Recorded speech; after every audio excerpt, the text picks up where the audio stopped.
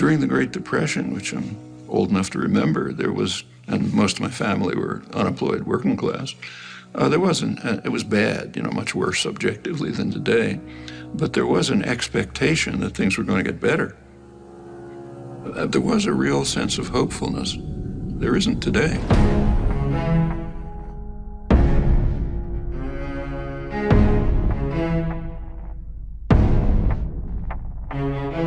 Inequality is really unprecedented. If you look at total inequality, it's like the worst periods of American history.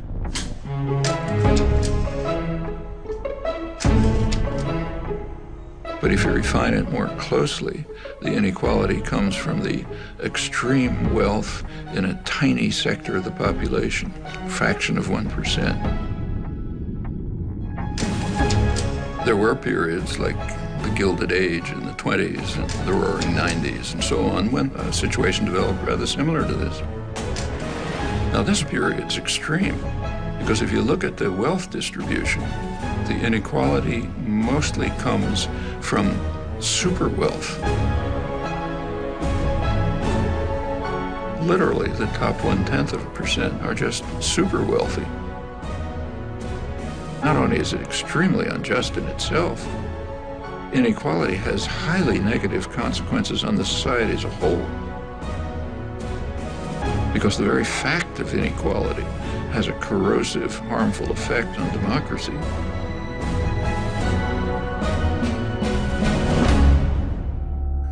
You opened by talking about the American dream. Part of the American dream is class mobility. You're born poor, you work hard, you get rich. It was possible for a worker to get a decent job, buy a home, get a car, have his children go to school. It's all collapsed.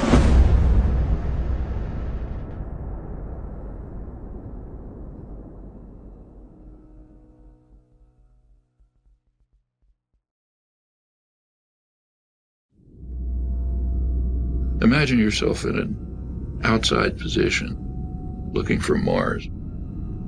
What do you see?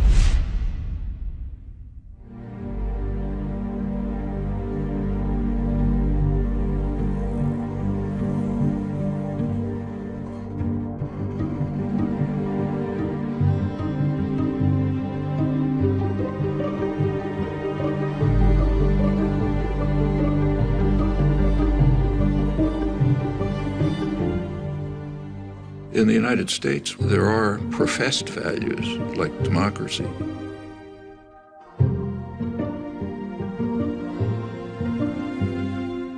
In a democracy, public opinion is going to have some influence on policy. And then the government carries out actions determined by the population. That's what democracy means.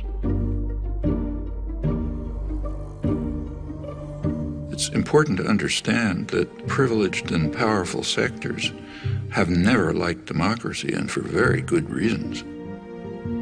Democracy puts power into the hands of the general population and takes it away from them. You know, it's kind of a principle of concentration of wealth and power.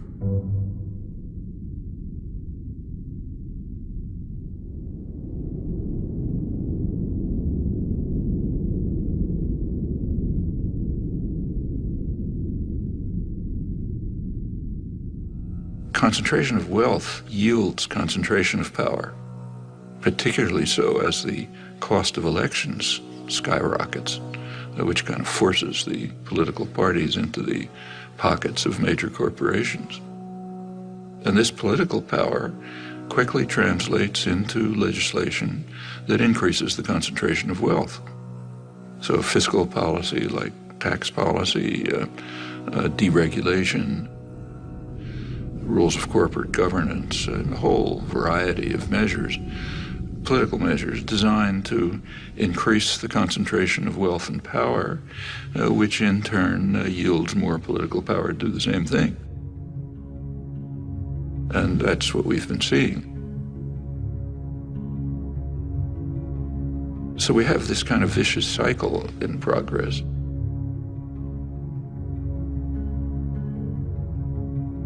You know, actually it is so traditional that it was described by Adam Smith in 1776. You read famous Wealth of Nations.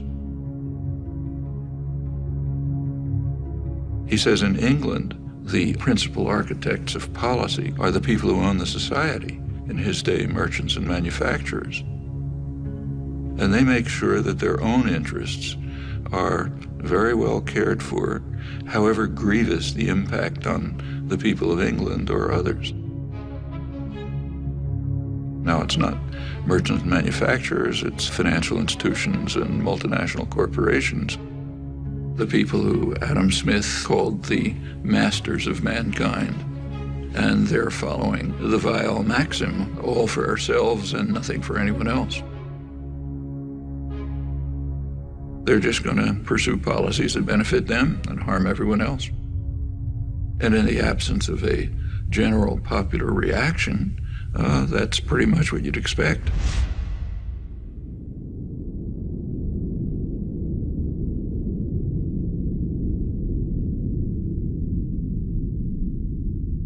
Right through American history, there's been an ongoing clash between pressure for more freedom and democracy coming from below and efforts at elite control and domination coming from above. It goes back to the founding of the country. James Madison, the main framer, who was as much of a believer in democracy as anybody in the world that day, nevertheless felt that the United States system should be designed, and indeed, with his initiative, was designed, so that power should be in the hands of the wealthy, because the wealthy are the more responsible set of men. And therefore, the structure of the formal constitutional system placed most power in the hands of the Senate. Remember, the Senate was not elected in those days. It was selected from the wealthy. Men, as Madison put it, had sympathy for property owners and their rights. If you read the debates at the Constitutional Convention, Madison said the major concern of the society has to be to protect the minority of the opulent against the majority. And he had arguments. Suppose everyone had to vote freely. He said, well, the majority of the poor would get together and they would organize to take away the property of the rich. And he said that would obviously be unjust, so you can't have that. So therefore, the constitutional system has to be set up to prevent democracy.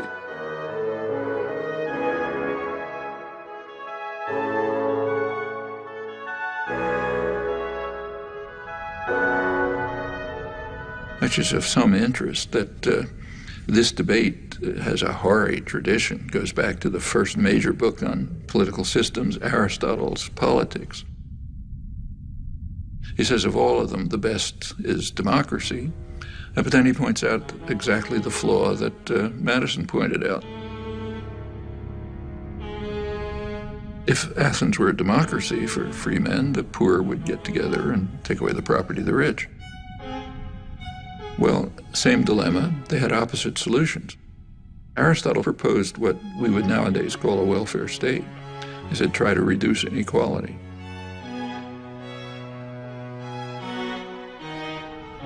So, same problem, opposite solutions. One is reduce inequality, you won't have this problem. The other is reduce democracy.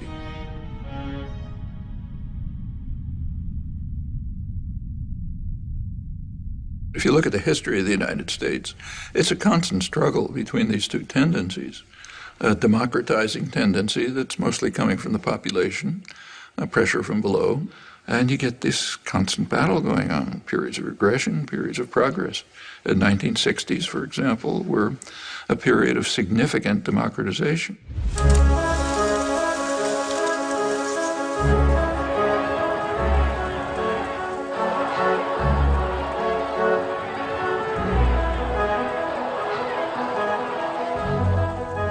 Sectors of the population that were usually passive and apathetic became organized, active, started pressing their demands.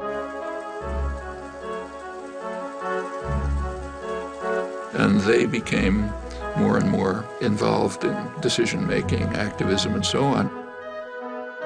It just changed consciousness in a lot of ways.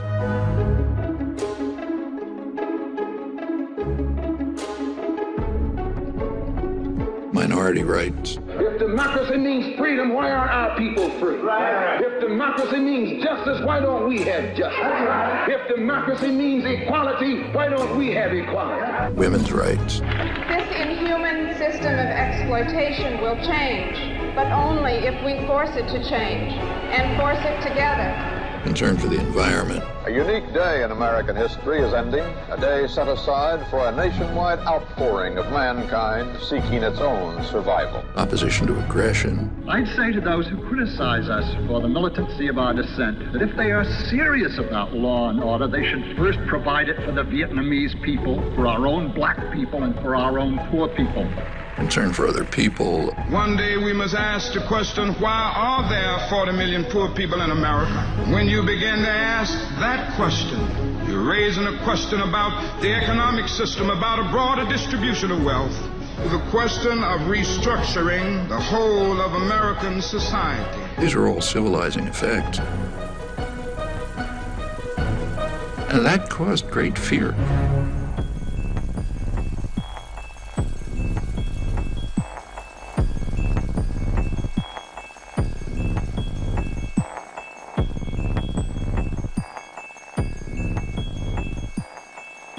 I hadn't anticipated the power of, I should have, but I didn't anticipate the power of the reaction to the civilizing effects of the 60s. I did not anticipate the strength of the reaction to it.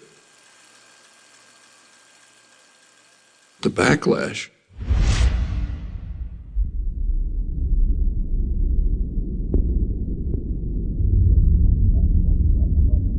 There has been an enormous, concentrated, coordinated business offensive beginning in the 70s to try to beat back the egalitarian efforts that went right through the Nixon years. You see it in many respects. I mean, over on the right, you see it in things like the famous Powell Memorandum sent to the Chamber of Commerce, the major business lobby, by later Supreme Court Justice Powell, warning them that business is losing control over the society. And something has to be done to counter these forces. Of course, he puts it in terms of defense, defending ourselves against outside power.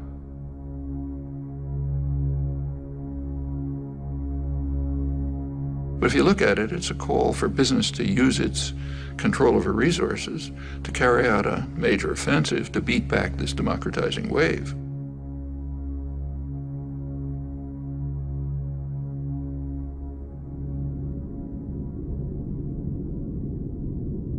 Over on the liberal side, there's something exactly similar. The first major report of the Trilateral Commission is concerned with this. It's called the Crisis of Democracy. Trilateral Commission is liberal internationalists. Their flavor is indicated by the fact that they pretty much staffed the Carter administration. They were also appalled by the democratizing tendencies of the 60s and thought we have to react to it.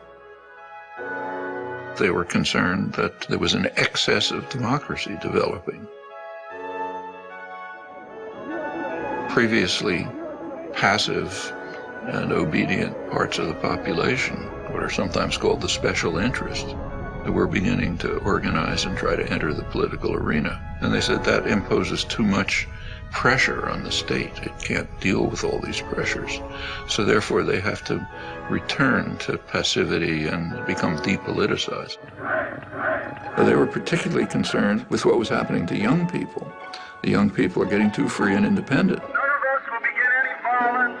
If there's any violence, it will be because of the police. The way they put it, there's a failure on the part of the schools, the universities, and churches, the institutions responsible for the indoctrination of the young. Their phrase, not mine.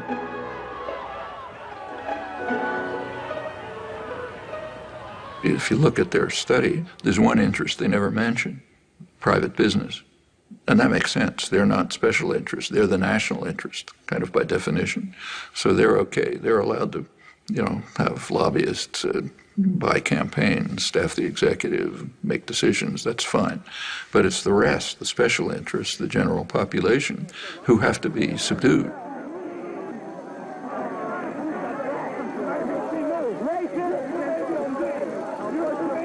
Well, that's the spectrum. It's the kind of ideological level of the backlash. But the major backlash, which was in parallel to this, was just redesigning the economy.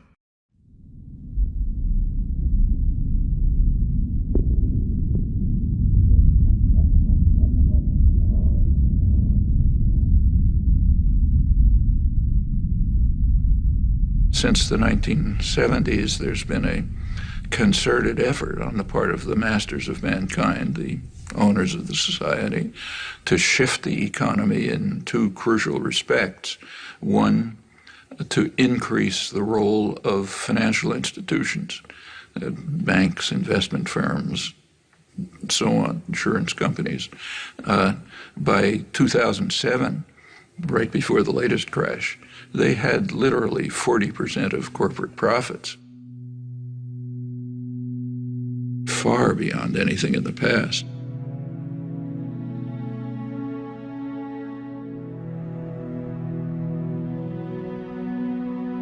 Back in the 1950s, as for many years before, the United States economy was based largely on production. The United States was the great manufacturing center of the world.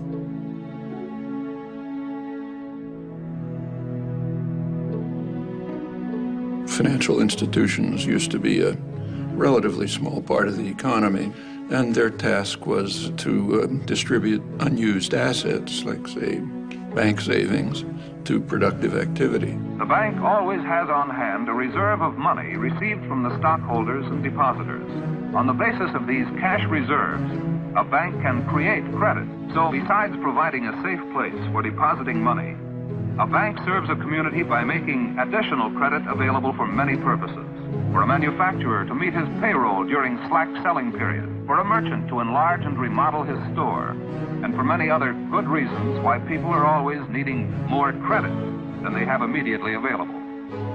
That's a contribution to the economy. Regulatory system was established, banks were regulated, the commercial and investment banks were separated, cut back very risky investment practices that could harm private people. There had been, remember, no financial crashes during the period of regulation. By the 1970s, that changed.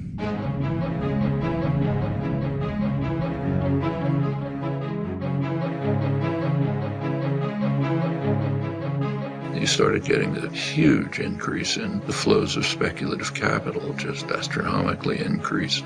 Enormous changes in the financial sector, from traditional banks to risky investments, complex financial instruments, money manipulations, and so on. Increasingly, the business of the country isn't production, at least not here. The primary business here is business. You can even see it in the choice of directors. So a director of a major American corporation back in the 50s and the 60s was very likely to be an engineer, somebody who graduated from a place like MIT, maybe industrial management.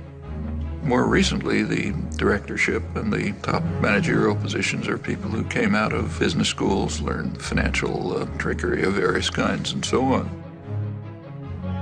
By the 1970s, say General Electric could make more profit playing games with money than you could by producing in the United States.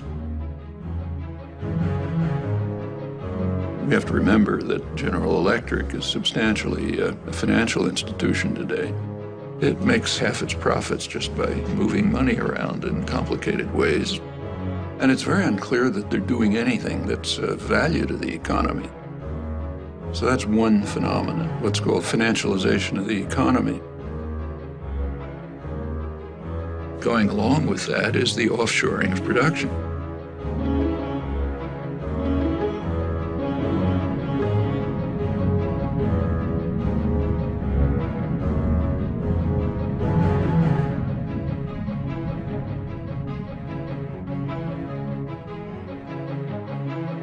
trade system was reconstructed with a very explicit design of putting working people in competition with one another all over the world.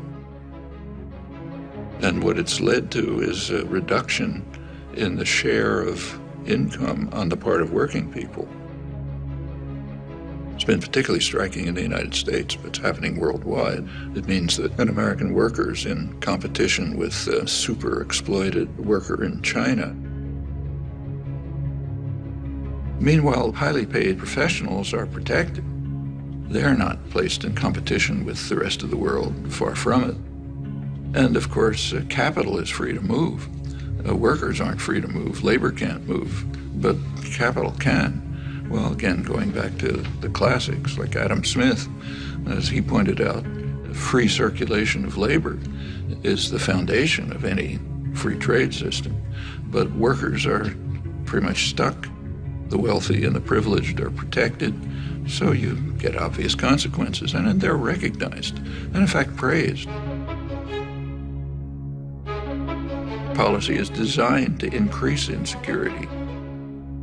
Alan Greenspan, when he testified to Congress, he explained his success in running the economy as based on what he called greater worker insecurity.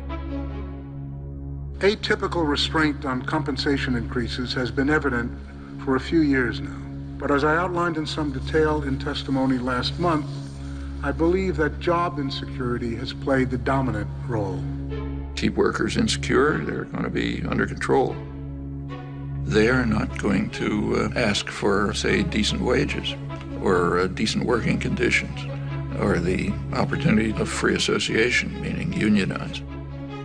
Now, for the masters of mankind, that's fine. They make their profits. But for the population, it's devastating.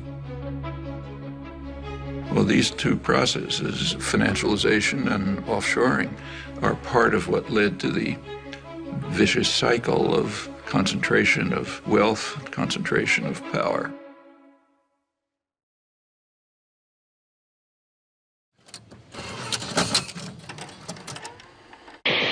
I'm Noam Chomsky. I'm on the faculty at MIT, and I've been getting more and more heavily involved in anti-war activities for the last few years.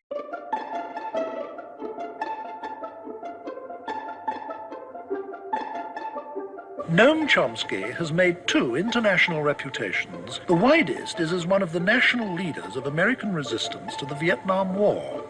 The deepest is as a professor of linguistics who, before he was 40 years old, had transformed the nature of his subject. You are identified with the New Left, whatever that is. You certainly have been an activist as well as a writer. Professor Noam Chomsky is listed in anybody's catalog as among the half-dozen top heroes of the New Left.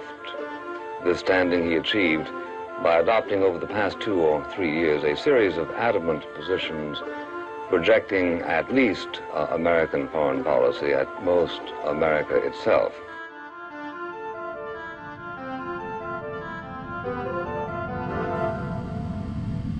Well, actually, this notion, anti-American, is quite an interesting one. It's actually a totalitarian notion. It isn't used in free societies. So if someone in, say, Italy is criticizing Berlusconi or the corruption of the Italian state and so on, they're not called anti-Italian. In fact, if they were called anti-Italian, people would collapse in laughter at the streets of Rome or Milan. In totalitarian states, the notion's used. So in the old Soviet Union, dissidents were called anti-Soviet. That was the worst condemnation. In the Brazilian military dictatorship, they were called anti-Brazilian. Now, it's true that in just about every society, critics are maligned, are mistreated, different ways depending on the nature of the society. Like in the Soviet Union, say, Václav Havel would be imprisoned. in a U.S. dependency like El Salvador at the same time, his counterparts would have their brains blown out by U.S.-run state terrorist forces. And other societies that just condemned or vilified and so on. And in the United States, one of the terms of abuse is anti-American. There's a couple of others, like, Marxist. There's an array of terms of abuse. But in the United States, you have a very high degree of freedom. And so if you're vilified by some commissars, who cares? You go on and do your work anyway. These concepts only arise in a culture where if you criticize state power, and by state I mean more generally, not just government, but state corporate power, if you criticize concentrated power, you're against the society, you're against the people. And it's quite striking that it's used in the United States. In fact, as far as I know, the only democratic society where the concept isn't just ridiculed. And it's a sign of elements of the elite culture which are quite ugly.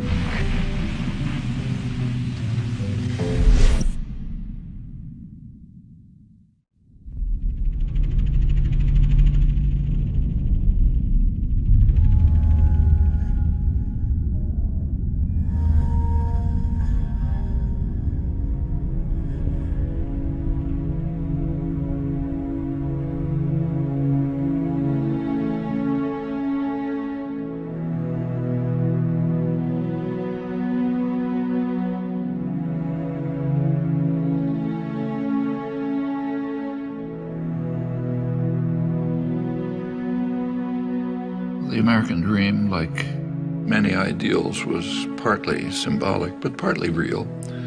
So in the 1950s and 60s, say, there was the biggest growth period in American economic history. The Golden Age. It was pretty egalitarian growth, so the lowest fifth of the population was improving about as much as the upper fifth.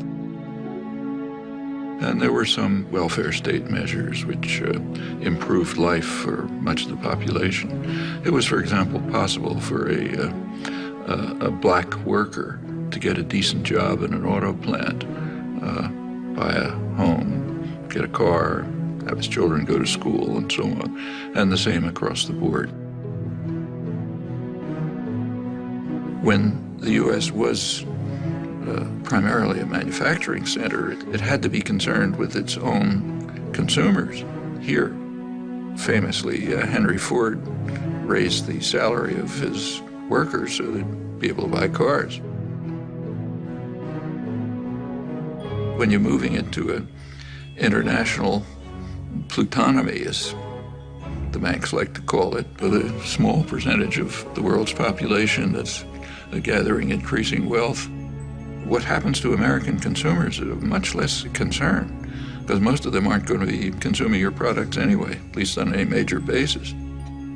Your goals are profit in the next quarter, even if it's based on financial manipulations, high salary, high bonuses, produce overseas if you have to, and produce for the wealthy classes here and their counterparts abroad. What about the rest? Well, there's a term coming into use for them too. They're called the precariat, precarious proletariat, the working people of the world who live increasingly precarious lives. And it's related to the attitude toward the country altogether.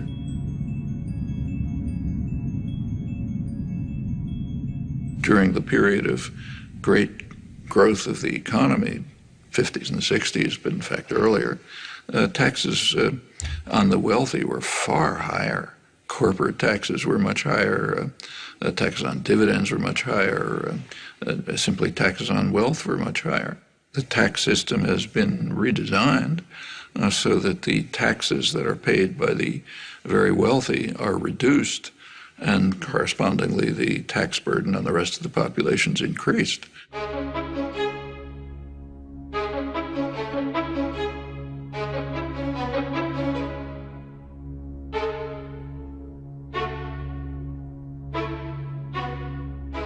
Now the shift is towards trying to keep taxes just on wages and on consumption, which everyone has to do, not say on dividends, which only go to the rich.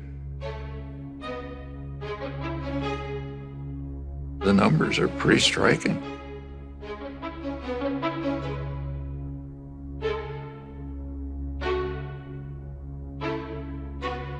Now there's a pretext. Of course, there's always a pretext. The pretext in this case is, well, that increases investment and increases jobs. But there isn't any evidence for that. If you want to increase investment, give money to the poor and the working people. They have to keep alive, so they spend their incomes. That stimulates production, stimulates investment, it leads to job growth, and so on. If you're an ideologist for the masters, you have a different line. And in fact, right now, it's almost absurd that corporations have money coming out of their pockets. So in fact, General Electric are paying zero taxes and they have enormous profits. Lets them take the profit somewhere else or defer it, but not pay taxes. And this is common. The major American corporations shift the burden of sustaining the society onto the rest of the population.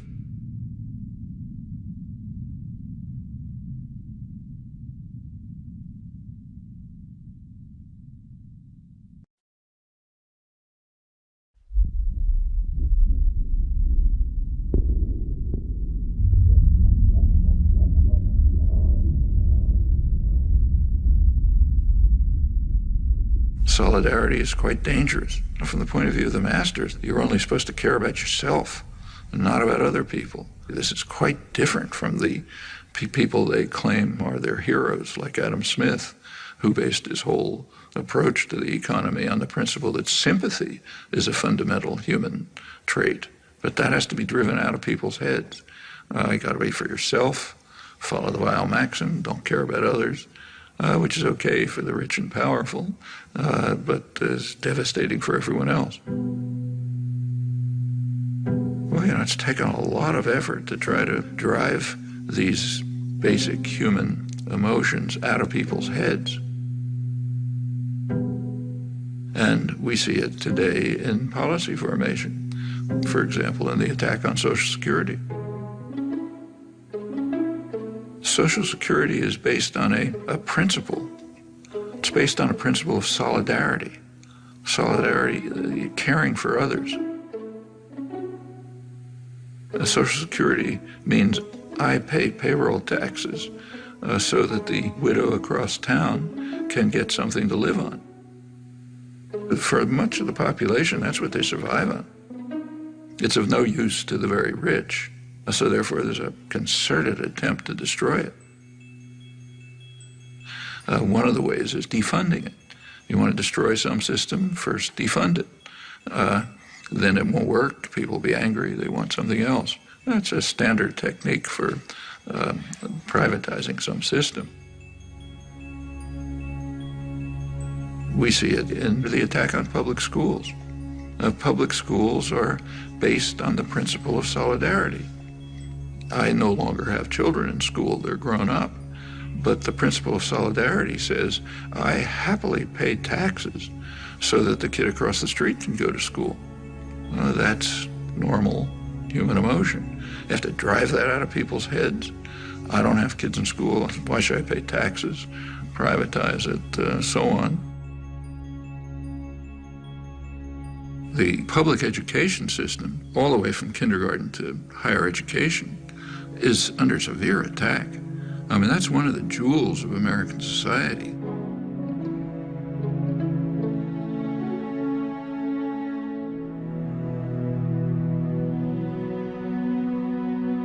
You go back to the golden age again, the great growth period in the 50s and 60s. A lot of that is based on free public education.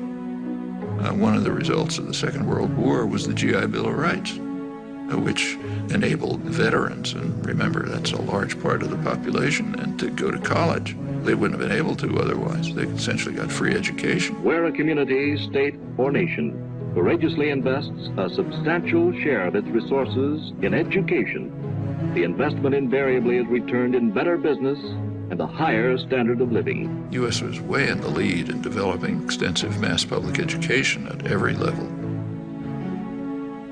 By now, more than half the states, most of the funding for the colleges comes from tuition, not from the state. That's a radical change, and that's a terrible burden on students. It means that students, if they don't come from very wealthy families, they're going to leave college with big debts. And if you have a big debt, you're trapped. I mean, maybe you wanted to become a public interest lawyer, but you're going to have to go into a corporate law firm to pay off those debts. And by the time you're part of the culture, you're not going to get out of it again. And that's true across the board. In the 1950s, it was a much poorer society than it is today, but nevertheless could easily handle essentially free mass higher education. Today, a much richer society claims doesn't have the resources for it. That's just what's going on right before our eyes. It's the general attack on principles that, not only are they humane, they're the basis of the prosperity and health of this society.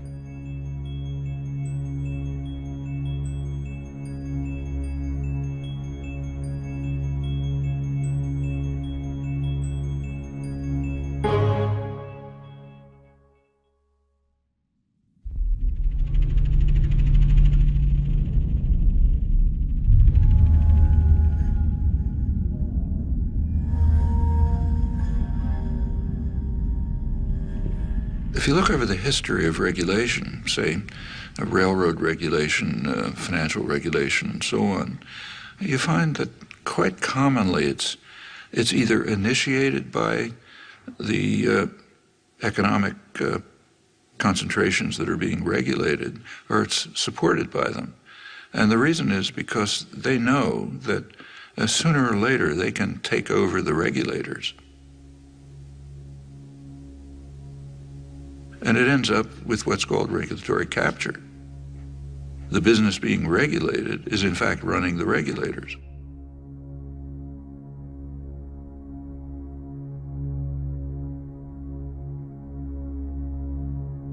Bank lobbyists are actually writing the laws of financial regulation. It gets to that extreme. And that's been happening through history, and again, it's a pretty natural tendency when you just look at the distribution of power. One of the things that expanded enormously in the 1970s is lobbying, as the business world moved sharply to try to control legislation. The business world was pretty upset by the advances in public welfare in the 60s, and in particular by Richard Nixon. It's not too well understood, but he was the last New Deal president, and they regarded that as class treachery. In Nixon's administration, you get consumer safety legislation, safety and health regulations in the workplace, the EPA, the Environmental Protection Agency. Business didn't like it, of course. They didn't like the high taxes, they didn't like the regulation, and they began a coordinated effort to try to overcome it. Lobbying sharply increased. Deregulation began with a real ferocity. There were no financial crashes in the 50s and the 60s because the regulatory apparatus of the New Deal was still in place. As it began to be dismantled under business pressure and political pressure, you get more and more crashes.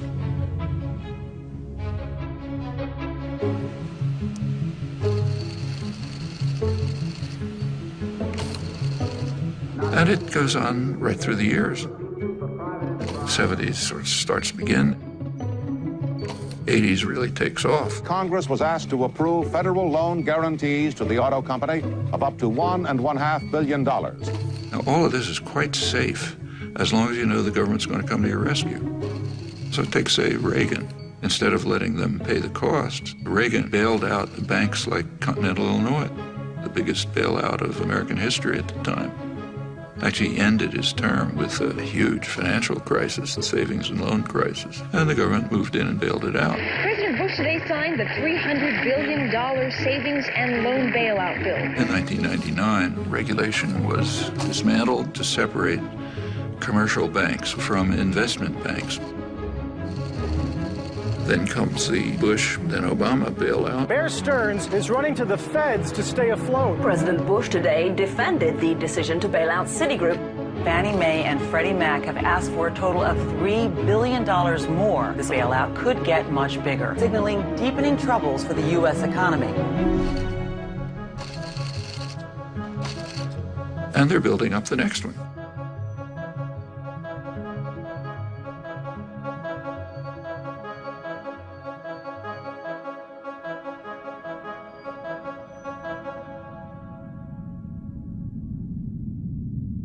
Each time, the taxpayer is called on to bail out those who created the crisis, increasingly the major financial institutions. In a capitalist economy, you wouldn't do that. In a capitalist system, that would wipe out the investors who made risky investments. But the rich and powerful, they don't want a capitalist system. They want to be able to run to the nanny state as soon as they're in trouble and get bailed out by the taxpayer. That's called too big to fail. I mean, there are Nobel laureates in economics who significantly disagree with the course that we're following. People like Joseph Stiglitz, Paul Krugman, others. None of them were even approached. The people picked to fix the crisis were those who created it. The Robert Rubin crowd, the Goldman Sachs crowd, they created the crisis, are now more powerful than before. Is that accident? Well, not when you pick those people to create an economic plan. I mean, what do you expect to happen? Meanwhile, for the poor, let market principles prevail. Don't expect any help from the government. The government's the problem, not the solution, and so on. That's essentially neoliberalism. And it has this dual character, which goes right back in economic history. One set of rules for the rich, opposite set of rules for the poor. There's nothing surprising about this. It's exactly the dynamics you'd expect. And if the population allows it to proceed, it's just going to go on and on like this until the next crash, which is so much expected that credit agencies, which kind of evaluate the status of firms, are now counting into their calculations the taxpayer bailout that they expect to come after the next crash, which means that the beneficiaries of these credit ratings, like the big banks, they can borrow money more cheaply, they can push out smaller competitors, and you get more and more concentration. Everywhere you look, policies are designed this way, which should come as absolutely no surprise to anyone. That's what happens when you put power into the hands of a narrow sector of wealth, which is dedicated to increasing power for itself, just as you'd expect.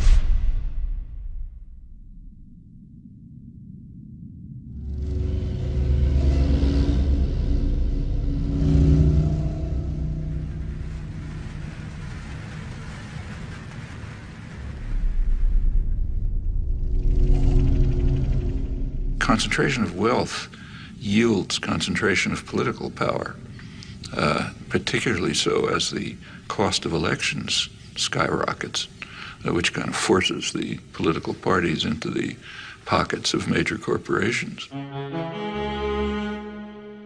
The Citizens United, this was January 2009, I guess. That's a very important decision, Supreme Court decision, but it has a history, and you got to think about the history.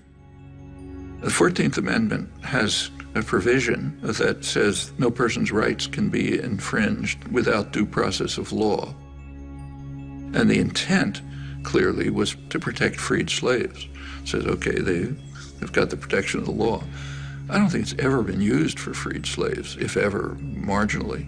Almost immediately, it was used for businesses, corporations. Their rights can't be infringed without due process of law. So they gradually became persons under the law.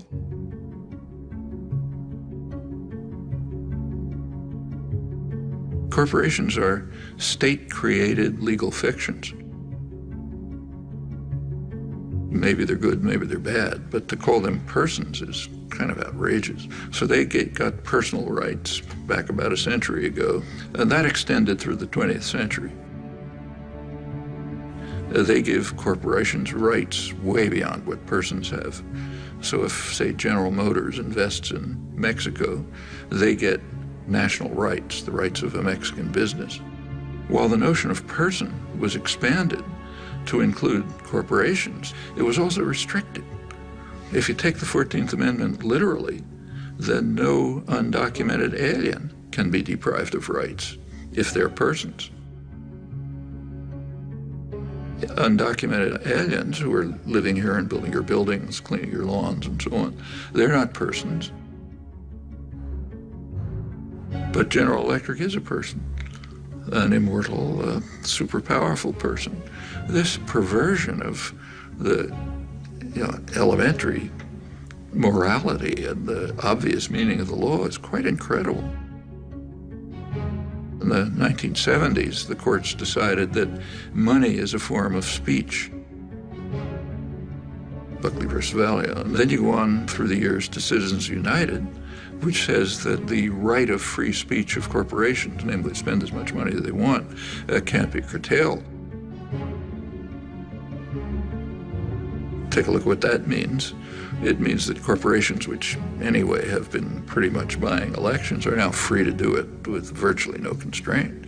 That's a tremendous attack on the residue of democracy. It's very interesting to read the rulings, like Justice Kennedy's swing vote. His ruling said, well, look, after all, CBS is given freedom of speech. They're a corporation. Why shouldn't General Electric be free to spend as much money as they want?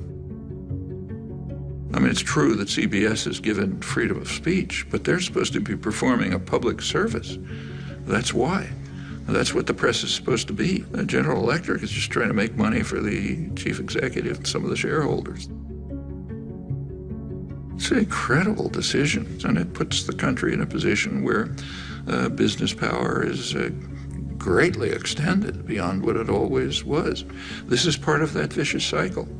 The Supreme Court justices are put in by reactionary presidents who get in there because they're funded by business. It's the way the cycle works.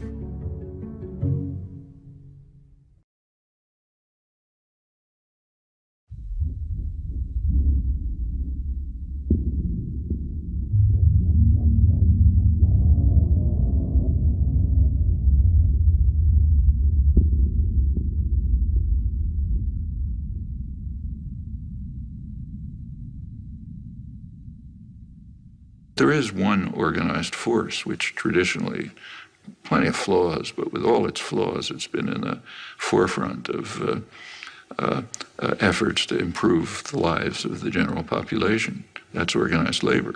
It's also a barrier to corporate tyranny. So it's the one barrier to this vicious cycle going on, which does lead to corporate tyranny.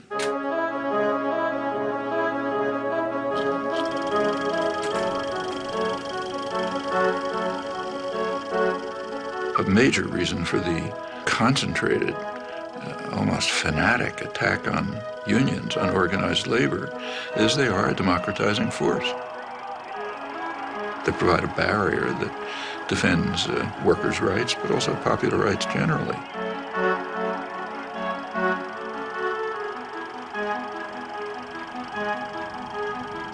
And that interferes with the prerogatives and power of those who own and manage the society. I should say that anti-union sentiment in the United States among elites is so strong that the fundamental core of labor rights, the basic principle in the International Labor Organization, is the right of free association, which would mean the right to form unions. The U.S. has never ratified that. So I think the U.S. may be alone among major societies in that respect. It's considered so far out of the spectrum of American politics, it literally has never been considered. Remember, the U.S. has a long and very violent labor history as compared with comparable societies. But the labor movement had been very strong. By the 1920s, in a period not unlike today, it was virtually crushed. A truck driver strike was climaxed by severe riot with many casualties. Open warfare rages through the streets of the city as 3,000 Union pickets battle 700 police. Guns, tear gas, clubs, and fists bring injuries to more than 80 persons and cause the death of 2.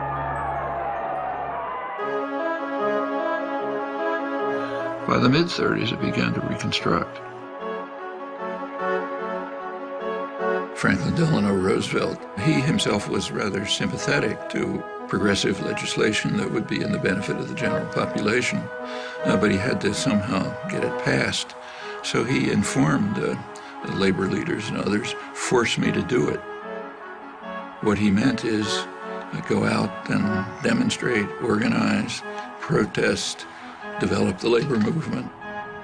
When the popular pressure is sufficient, I'll be able to put through the legislation you want. I am not for a return to that definition of liberty under which for many years a free people were being gradually regimented into the service of a privileged few. I prefer that broader definition of liberty. So there was a kind of a combination of a sympathetic government and, by the mid-30s, very substantial popular activism. There were industrial actions, there were sit-down strikes, which were very frightening to ownership. You have to recognize a sit-down strike is just one step before saying, we don't need bosses, we can run this by ourselves.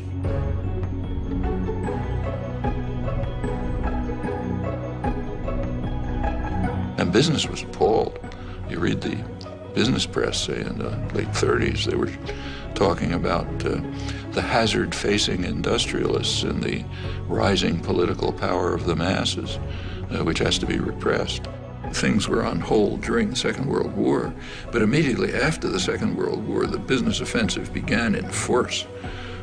Taft-Hartley Act.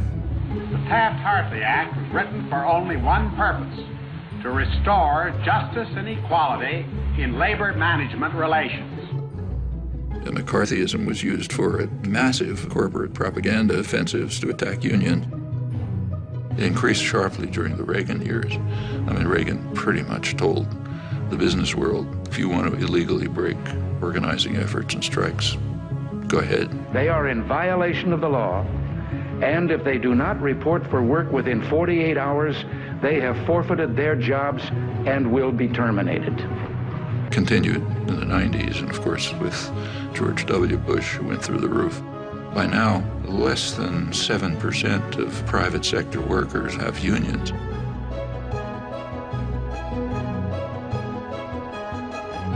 The effect is that the usual counterforce to an offensive by our highly class-conscious business class has dissolved. Now, if you're in a position of power, you want to maintain class consciousness for yourself, but eliminate it everywhere else. You go back to the 19th century, in the early days of the Industrial Revolution in the United States, working people were very conscious of this. They, in fact, overwhelmingly regarded wage labor as not very different from slavery, different only in that it was temporary. In fact, it was such a popular idea, that was a slogan of the Republican Party. Well, that was a very sharp class consciousness in the interests of power and privilege. It's good to drive those ideas out of people's heads. You don't want them to know that they're an oppressed class. So this is one of the few societies in which you just don't talk about class. In fact, the notion of class is very simple. Who gives the orders, who follows them? That basically defines class. It's more nuanced and complex, but that's basically it.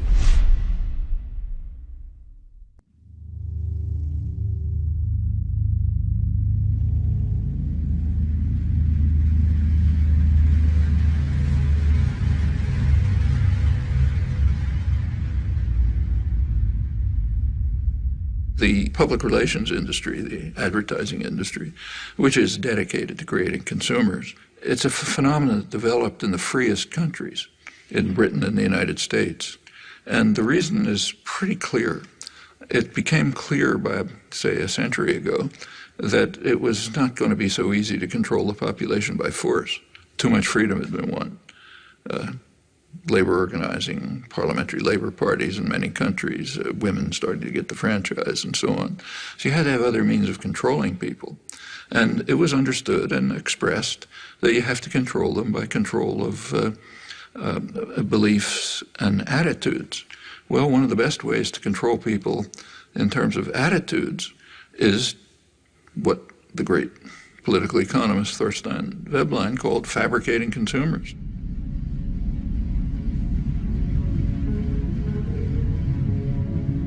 If you can fabricate wants, make obtaining things that are just about within your reach the essence of life, they're going to be trapped into becoming consumers.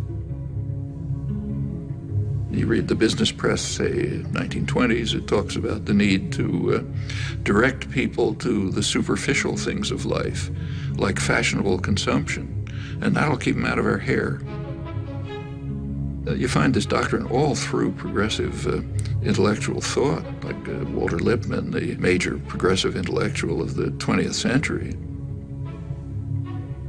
He wrote famous progressive essays on democracy, in which his view was exactly that. The public must be put in their place so that the responsible men can make decisions without interference from the bewildered herd. They're to be spectators, not participants, then you get a properly functioning democracy. Straight back to Madison and on to Powell's memorandum and so on. And the advertising industry just exploded with this as its goal, fabricating consumers.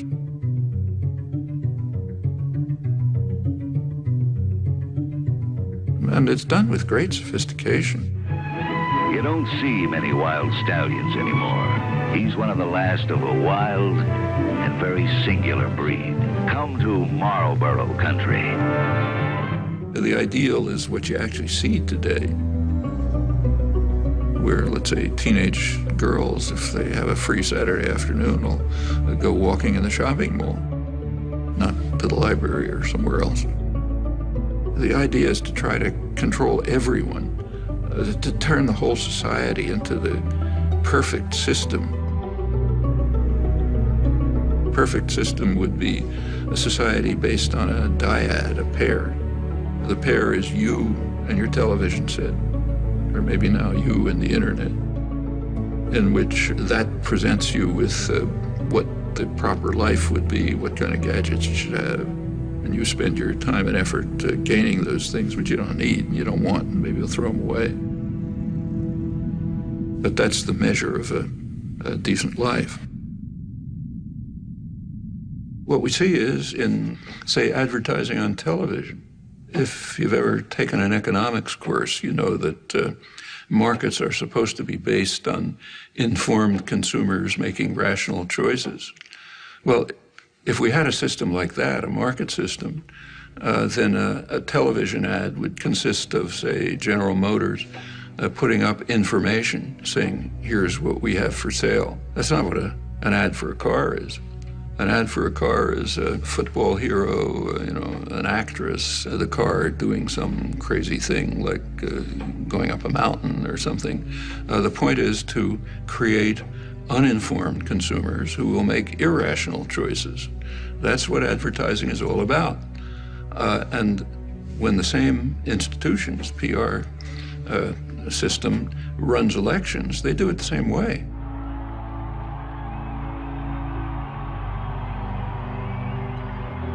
They want to create an uninformed electorate which will make irrational choices, often against their own interests. And we see it every time one of these extravaganzas take place. Right after the election, President Obama won an award from the advertising industry for the best marketing campaign, and it wasn't reported here. If you go to the international business press, executives were euphoric.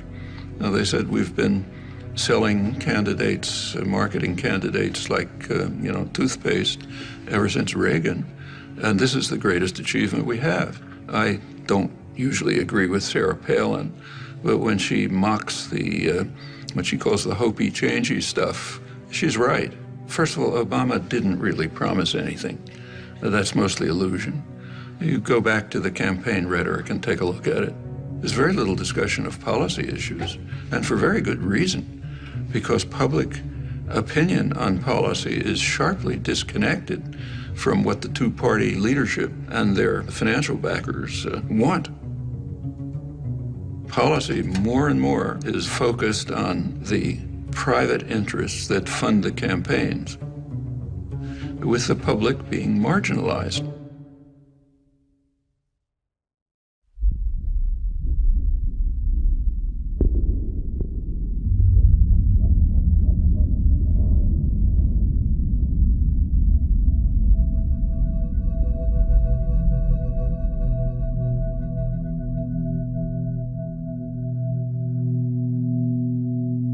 The leading political scientists, Martin Gilens, came out with a study of the relation between public attitudes and public policy. What he shows is that about 70% of the population has no way of influencing policy.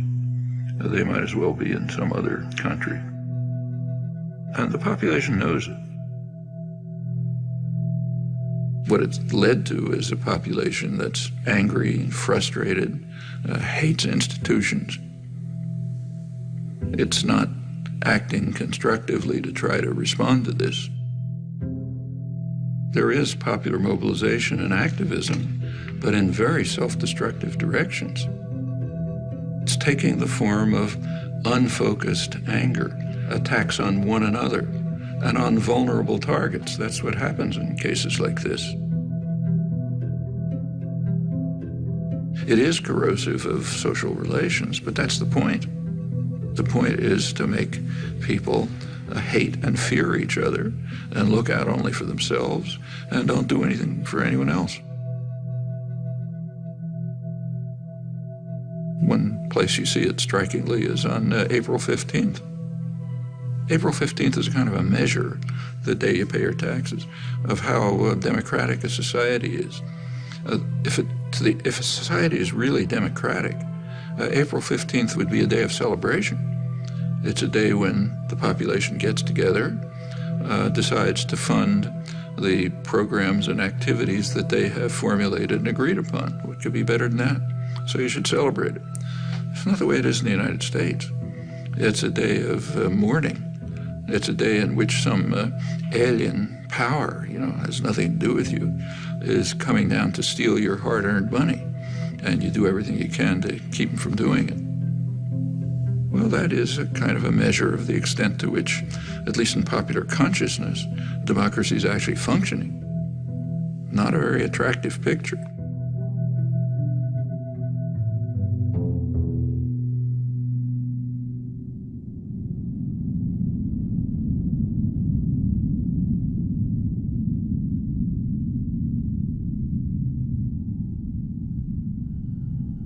The tendencies that we've been describing within American society, unless they're reversed, it's going to be an extremely ugly society. A society that's based on Adam Smith's vile maxim, all for myself, nothing for anyone else.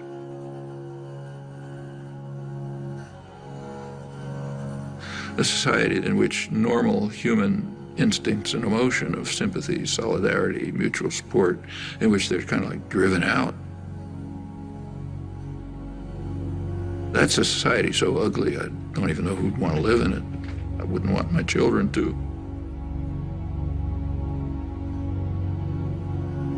If the society is based on control by private wealth, it will reflect the values that it in fact does reflect. The value that is greed and the desire to maximize personal gain at the expense of others. Now, any society, a small society based on that principle is ugly, but it can survive. A global society based on that principle is headed for massive destruction.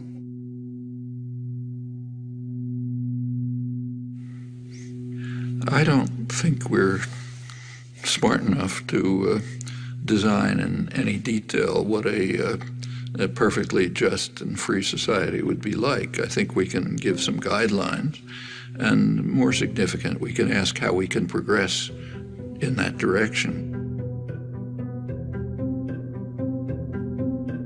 John Dewey, the leading social philosopher in the late 20th century, he argued that until all institutions, production, commerce, media, unless they're all under participatory democratic control, we will not have a functioning democratic society.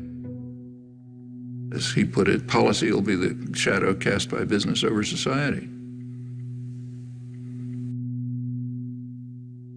Well, that's essentially true.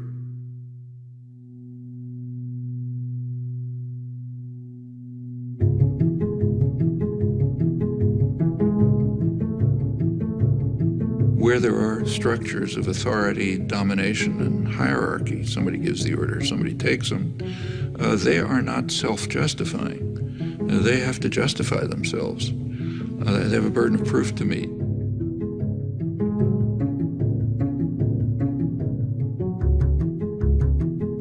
Well, if you take a close look, usually you find they can't justify themselves. If they can't, we ought to be dismantling them, trying to expand the domain of freedom and justice by dismantling that form of illegitimate authority. And in fact, progress over the years, what we all thankfully recognize as progress, has been just that. The way things change is because lots of people are working all the time. And, you know, they're working in their communities, in their workplace, or wherever they happen to be, and they're building up the basis for popular movements which are going to make changes. That's the way everything has ever happened in history. Take, say, freedom of speech. One of the real achievements of American society. It's first in the world in that. It's not in the Bill of Rights. It's not in the Constitution. Freedom of speech issues began to come to the Supreme Court in the early 20th century. The major contributions came in the 1960s.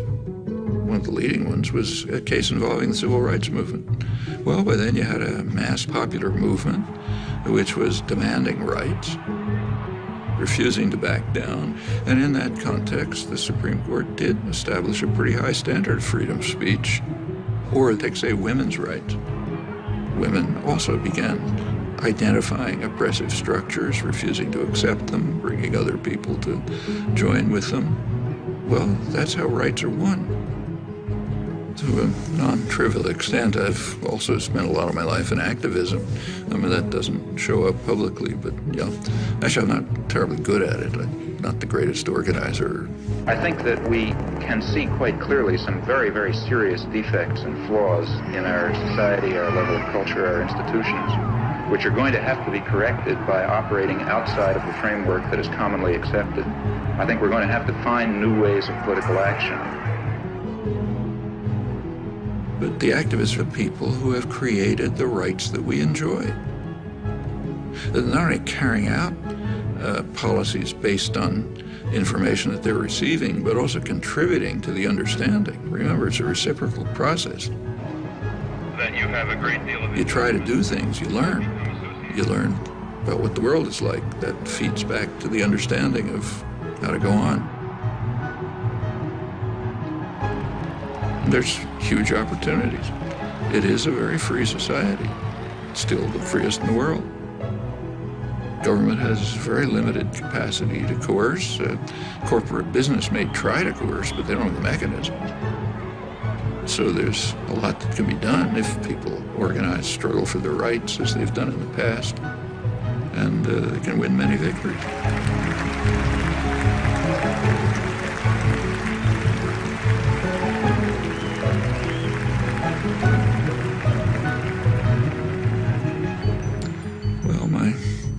Close friend for many years, late Howard Zinn, to put it in his words, that what matters is the countless small deeds of unknown people who lay the basis for the significant events that enter history. They're the ones who've done things in the past. They're the ones who'll have to do it in the future.